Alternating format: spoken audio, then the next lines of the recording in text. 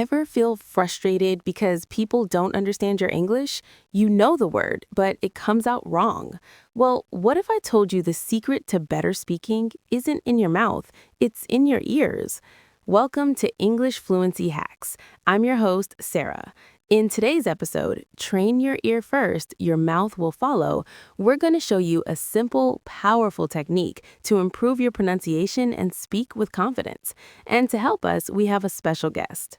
Hi everyone, I'm Anna, a pronunciation coach. I'm so excited to be here and share how listening is the real key to speaking clearly. It's great to have you, Anna. Your approach is fascinating because it takes the pressure off speaking perfectly right away.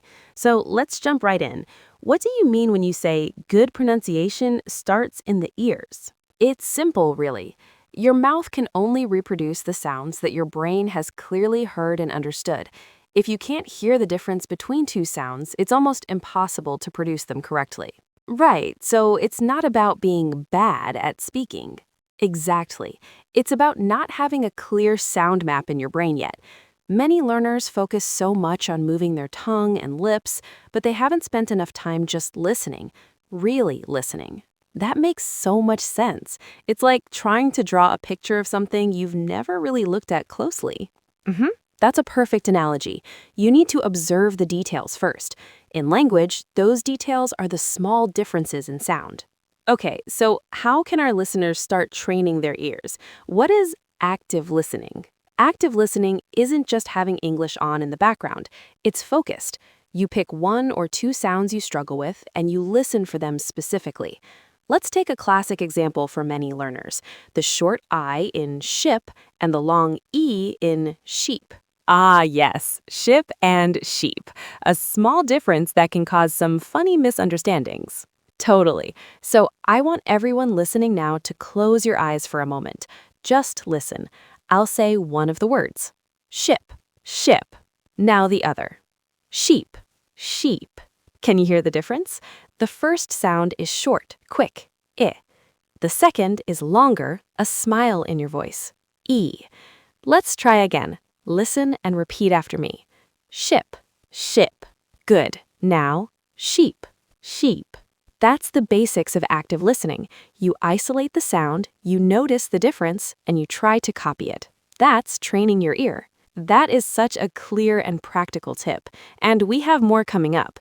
If you're finding this helpful, make sure you hit the subscribe button so you don't miss our weekly fluency hacks. It really helps our channel grow. Okay, so once you start hearing the sounds better, the next step is to connect your ear to your mouth.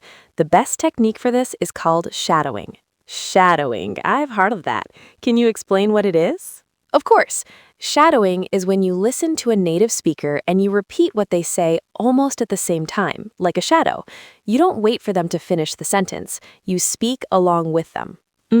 So you're copying the rhythm, the intonation, everything. Everything. It feels strange at first, but it trains your mouth to move in new ways. You can start with short, simple phrases from a movie or a podcast, like this one. Perfect. Could we give our listeners an example to shadow with us now?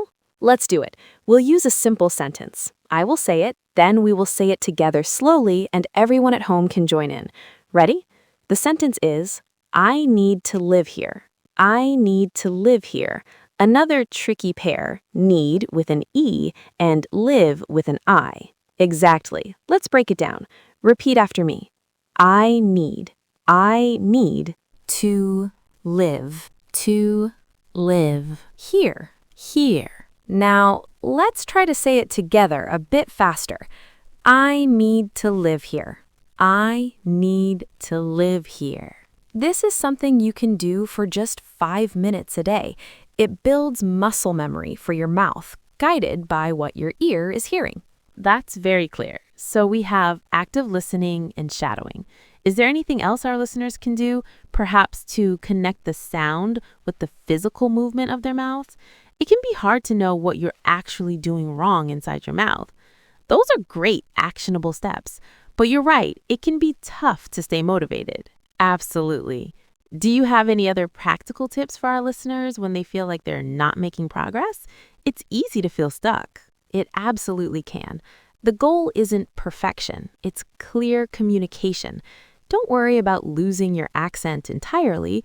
Your accent is part of who you are. The goal is just to be understood easily. That's such an important point. It's about confidence, not perfection. And remember to be patient with yourself. You've spent your whole life making the sounds of your native language. It takes time to teach your mouth new tricks. Celebrate small wins. This has been incredibly helpful, Anna. Before we wrap up, let's do a quick recap for our listeners. What are the key takeaways? My pleasure. So, number 1, remember that good pronunciation starts in your ears. Train your ear to hear the sounds correctly. Right. And number 2? Number 2, practice active listening. Focus on 1 or 2 difficult sounds at a time. And number 3, use shadowing for a few minutes every day to connect your ears to your mouth. Train your ear, listen actively, and shadow. Simple and effective. Thank you so much for joining us on English Fluency Hacks today, Anna. Thanks for having me, Sarah. It was a lot of fun. And a big thank you to all of our amazing listeners. We hope this helps you speak with more confidence this week. And we have a question for you. Tell us in the comments, what is one English word you find tricky to pronounce? We'd love to hear from you. Until next time, keep learning and keep practicing.